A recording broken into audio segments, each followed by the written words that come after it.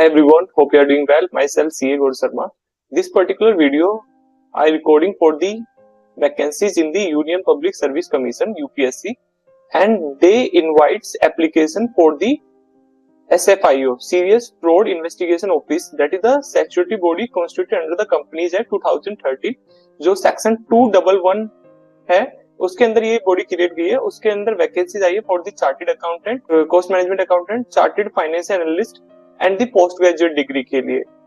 They required 1 year experience in the banking and the related affairs of the business. Since serious fraud investigation office is a separate body which cater करती है mainly types of offense having investigation in the frauds involving the amount more than 1 crore rupees and etc. There is no vacancies for the unreserved category, only 2 vacancies. One is for EWS and the other one is for the SC. Suitability of the position अगर देखें, these vacancies are suitable for the candidate belonging to the person with benchmark disability. तो generally ये जो vacancy आई है for the reserve category के लिए आई है। तो अगर कोई पर्सन इस रिजर्व कैटेगरी के अंदर है और इंटरेस्टेड है फॉर दिस पोजीशन के लिए, वो अप्लाई कर सकता है। बी गैजेटेड ऑफिसर की ये जॉब है, जो लिमिटेशन है वो 30 इयर्स और 35% रखा है एसएससी के लिए। एसेंशियल एजुकेशन में क्या कर रखा है?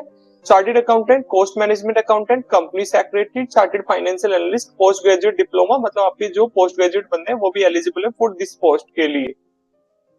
एक्सपीरियंस ओनली 1 year का एक्सपीरियंस रखा है in the banking affairs from any government or the listed जो private organization है, that can be exempted on the basis of the case to case basis। इन्होंने particular notes में एक provision provide किया है।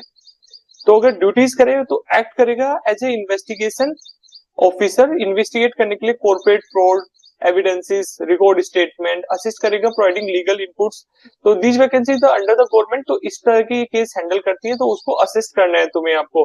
और ये परमानेंट जॉब है, कोई कॉन्ट्रैक्ट बेस्ड जॉब नहीं है। आपका जो जॉब होगा न्यू दिल्ली होगा, फिर आपकी जो सर्विस है वो ऑल इंडिया लेवल पे होगी।